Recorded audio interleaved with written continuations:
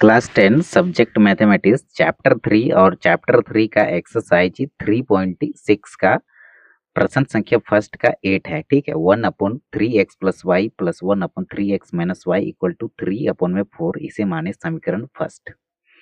और 1/2 3x plus y minus 1/2 3x minus y equal to -1/8 इसे मानेंगे समीकरण सेकेंड है। अब इसको हल करेंगे तो 1/3x प्लस वाई प्लस में 1/3x minus y equal to 3/4 ये वाला को यहाँ पर लिखे।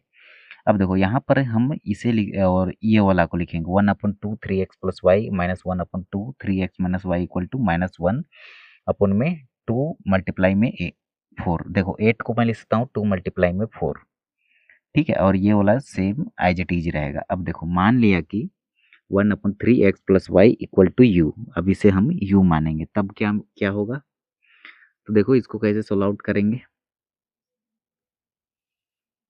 तो देखो 1/3x minus y equal to भी और 1/3x plus y equal to u मानेंगे और 1/3x minus y equal to भी मानेंगे।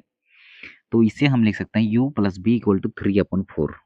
ये वाला को ये वाला 1/3x प्लस वाई को u माने हैं तो u plus b equal to 3/4 इस समीकरण थर्ड माने। अब देखो u प्लस बी इसके डिनोमिनेटर में क्या है 1 छिपा है तो u माइनस बी। एक मिनट, ये वाला से यहाँ से लिखे हैं। ठीक है, ये 1 ये 2 से ये 2 कैंसिल और ये 2 मल्टीप्लाई में 8 को लिखे हैं 2 मल्टीप्लाई में 4 तो ये 2 ये कैंसिल आउट हो जाएगा।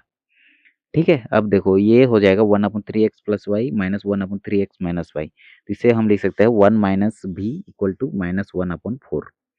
अब देखो इसके नीचे भी 1 छिपा रहता है तो देखो इसका क्रॉस मल्टीप्लाई करेंगे ना तो 4 का मल्टीप्लाई u से भी होगा भी से भी होगा। ठीक है, तो 4u plus 4b equal to 1 का मल्टीप्लाई 3 से करेंगे तो 3 होगा।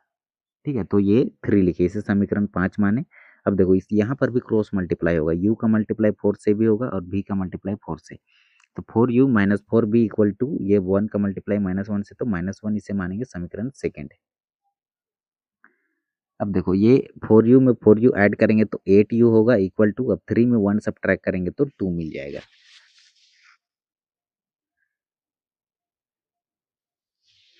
अब देखो u इक्वल टू लिखेंगे ये 8 मल्टीप्लाई में है इधर आकर डिवाइड में होगा तो 2/8। अब 2 8 को काटेगा 4 टाइम्स में तो u का मान समीकरण 5 में रखने पर तो 4u plus 4b equal to 3 लिखेंगे। अब देखो u का वैल्यू है 1/4 तो u का जगह लिखेंगे 1/4 प्लस 4b इक्वल टू 3। अब देखो 4 से 4 कैंसिल आउट होगा तो 4b इक्वल टू 3 मिलेगा। अब ये प्लस का 1 इधर आकर माइनस का 1 होगा 3 में 1 सब्ट्रैक्ट करेंगे तो 2 मिलेगा और ये 4 मल्टीप्लाई में है इधर आकर डिवाइड में होगा तो 2 4 को काटेगा 2 टाइम्स में तो b का वैल्यू मिला 1/2। ठीक है, 1/2 मिला। अब देखो आगे चलते हैं आगे क्या करना है तो देखो इधर अब 1/3x plus y equal to u माने हैं u का वैल्यू आया है 1/4 तो देखो 1/3x plus y equal to 1/4 लिखेंगे। अब 4 का मल्टीप्लाई 1 से तो 4 होगा और 3x प्लस वाई का मल्टीप्लाई 1 से करेंगे तो 3x प्लस वाई मिलेगा तो 3x plus y equal to 4 इसे मान लिए समीकरण 7।